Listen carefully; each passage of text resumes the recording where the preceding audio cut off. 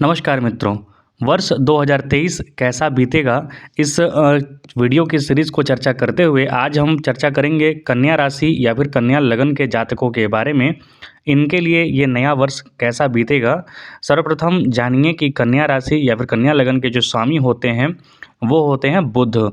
और बुध हमेशा ही सूर्य के नज़दीक होते हैं, इसलिए बुध एकमात्र ऐसे ग्रह होते हैं जिनको कि सूर्य का अस्त होने का कोई प्रभाव नहीं पड़ता है, सूर्य से अस्त होने का।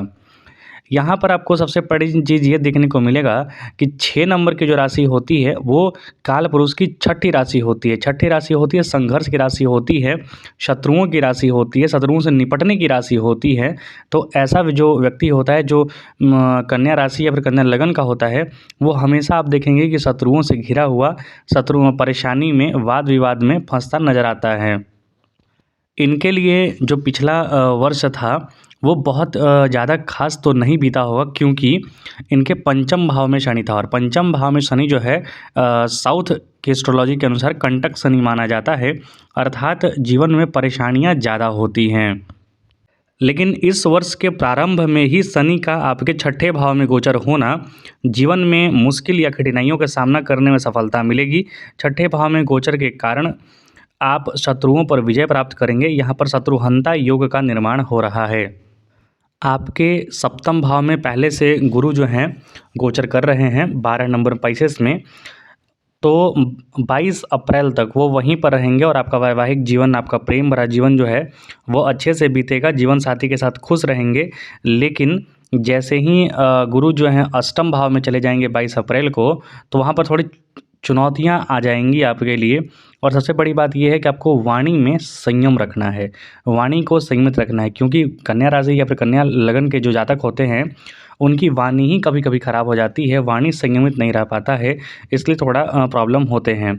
अन्यथा इन पर शत्रु वगैरह कुछ भी जो हैं वो हावी नहीं हो पाते हैं, शत्रुओं को ये बड़े आसानी से निपटा लेते हैं।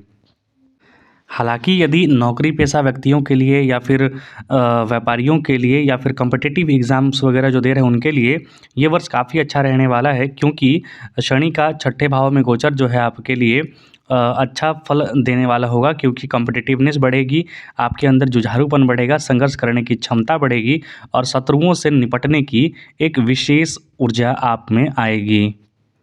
हालाँकि राहु जो है आपके अष्टम में गोचर कर रहा है और जो कि नवंबर तक करेगा, मतलब कि 30 अक्टूबर तक करेगा वर्ष से स्टार्टिंग से।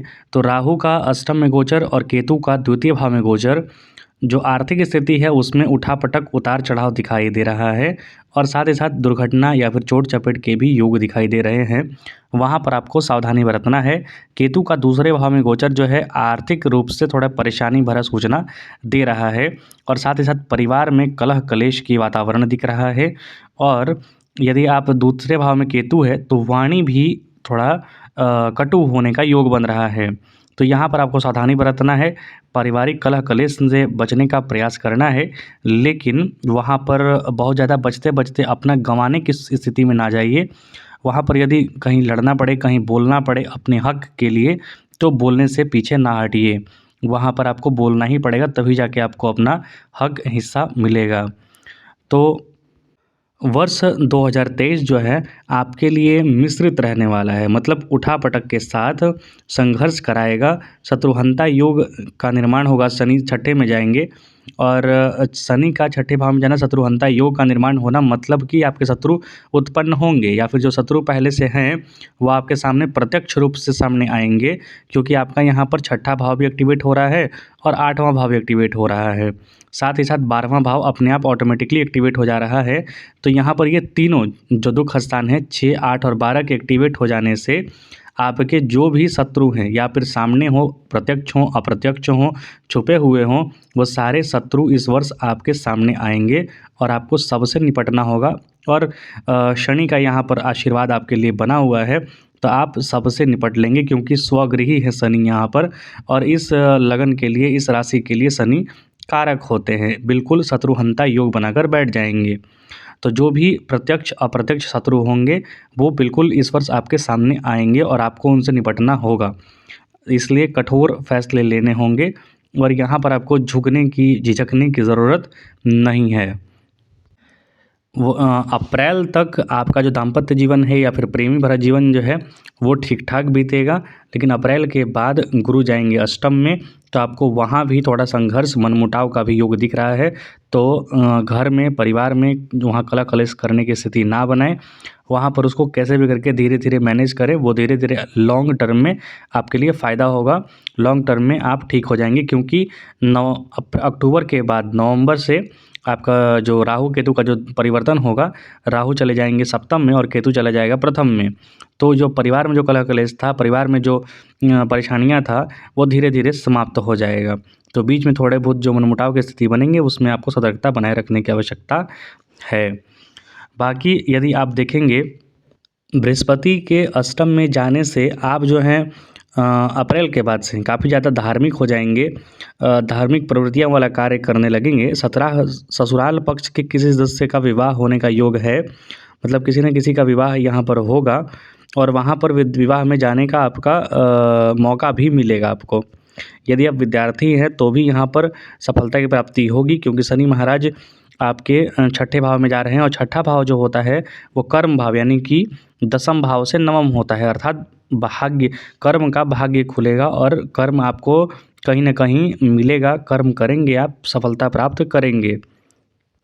तो वर्ष 2023 जो है आपके लिए बहुत बड़े बदलाव लाने वाला वर्ष सिद्ध होगा, क्योंकि शनिदेव जो हैं करियर क्षेत्र में आपके लिए मदद करेंगे।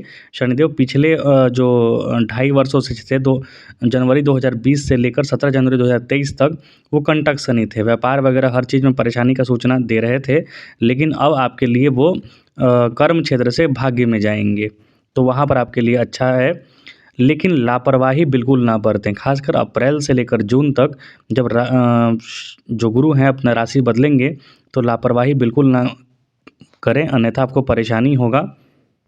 संपत्ति खरीदने के लिए यदि आप समय देखना चाहते हैं, गाड़ी खरीदने के लिए समय देखना चाहते हैं, तो मार्च से पहले या फिर अक्टूबर के बाद आपका ये अच्छा योग बन रहा है। और साथ ही साथ देखेंगे तो शनि और शुक्र वर्ष के शुरुआत में एक दूसरे के साथ आएंगे, तो वहाँ पर मजबूत रिश्ते होंगे। लेकिन कहीं भी एक्स्ट्रा अफेयर करने से बचें, यदि कहीं पर हो रहा हो तो उससे बचने का प्रयास करें, वहाँ पर ना जाएं।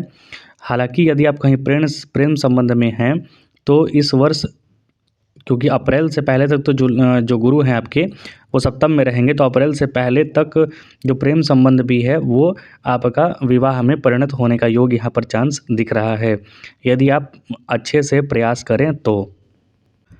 इस वर्ष चूँकि शनि का संबंध बन रहा है छठे से, और छठे से वो 12वें को देख रहे हैं, गुरु का संबंध बनेगा अष्टम से और अष्टम से वो पंचम दृष्टि से 12वें को देखेंगे। तो जो भी विद्यार्थी विदेश जाकर या फिर जो भी लोग विदेश जाकर व्यापार करना चाहते हैं, विदेश जाकर कोई पढ़ाई करना चाहता है, विदेश जाकर बसना चाहता है, तो उनके लिए ये बहुत अच्छा योग है। और सबसे अच्छा उपाय आपके लिए क्या है कि राम रक्षा स्तोत्र का पाठ कीजिए। जो गुरु होता है, माफ़ कीजिए, जो बुध होता है, बुध को विष्णु स्वरूपा माना गया है। इसीलिए बुध इस राशि के जातकों के लिए सबसे अच्छा उपाय क्या होता है? श्री राम रक्षा सूत्र का आप जप, विष्णु सहस्त्रनाम का जप, और बहुत ज़्यादा परेशानियां हो रही हैं कार्य वगैरह में, तो गणेश जी का अथर्व शीर्षम पढ़िए या फिर गणेश संकटनाशन स्तोत्र का पाठ करिए। मेष राशि में राहु और गुरु का जब युति होगा 22 अप्रैल के बाद से, तो गुरु चांडाल योग भी होगा। तो इसमें आप थोड़े चिड़चिड़े हो सकते हैं, धन हानि हो सकती है, वाणी में कटुता आ सकती है, तो वहाँ पर थोड़ा सतर्कता बनाए रखें। और केला को ज़रूर पानी दें, केला में पानी दें, विष्णु सहस्त्रनाम का पाठ करें, वहाँ पर थोड़ा आपको इन सब चीज़ों से, थोड़ा परेशानियों से राहत मिलेगा। तो कुल मिलाकर यदि आप देखेंगे कन्या राशि या फिर कन्या लग्न के जातकों के लिए, तो ये वर्ष जो है कंपटीशन के लिए, शत्रुओं को हराने के लिए, अपना आर्थिक क्षेत्र को बढ़ाने के लिए, व्यापार को बढ़ाने के लिए, धर्म क्षेत्र को बढ़ाने के लिए, क्योंकि अष्टम भी एक्टिवेट हो रहा है, 12वां भी एक्टिवेट हो रहा है, तो ऑकल्ट साइंस में भी इंटरेस्ट होगा आपका, समाधि भी लगाने में आप सफल होंगे। तो धर्म कर्म के लिए ये क्षेत्र बहुत बढ़िया है। लेकिन पारिवारिक कलह क्लेश बना रहेगा, पारिवारिक वहाँ पर परेशानियाँ होंगी। साथ ही साथ आपका दूसरा भाव एक्टिवेट हो रहा है, दूसरा भाव थोड़ा दूसरे तरीके से एक्टिवेट हो रहा है, मतलब कि परिवार में कलह क्लेश का वातावरण होगा, पारिवारिक संपत्ति के बंटवारे में कलह क्लेश होगा। तो वहाँ पर थोड़ा सतर्कता बनाए रखें, अपने हक हिस्से से पीछे बिल्कुल भी ना हटें, अन्यथा लोग आपको और दबाएंगे। तो वहाँ पर बिल्कुल हटने की ज़रूरत नहीं है।